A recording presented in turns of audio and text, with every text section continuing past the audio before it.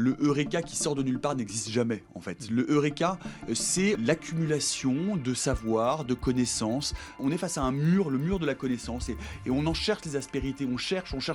On lit beaucoup. Il y a la nécessité de lire et de se documenter énormément pour pouvoir trouver la petite faille dans le mur, le petit trou où on va pouvoir gratter et repousser un peu le mur d'autant.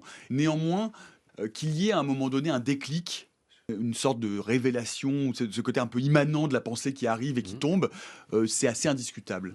C'est la fameuse légende de Poincaré qui aurait eu son idée géniale en montant dans l'omnibus. Ce côté magique peut aussi provenir du fait que le eureka vient dans des moments où le cerveau justement n'est plus sollicité de la même façon. C'est-à-dire que le cerveau est au repos, donc dans des activités routinières, en faisant de la marche, en se promenant. C'est-à-dire qu'en fait, quand on se libère de l'espace mental, d'un seul coup, le cerveau qui ne cesse de travailler sur toutes les connaissances accumulées dans les jours et les mois et les années précédentes, à un moment donné, finalement, va faire presque de lui-même une forme de synthèse et qui, d'un seul coup, débouche et apparaît comme étant cette idée. Mais l'idée ne vient évidemment pas de nulle part, elle vient avant tout du travail et de la recherche permanente, d'accumulation de connaissances pour précisément trouver les interstices dans lesquels peut se glisser la pensée d'une nouveauté.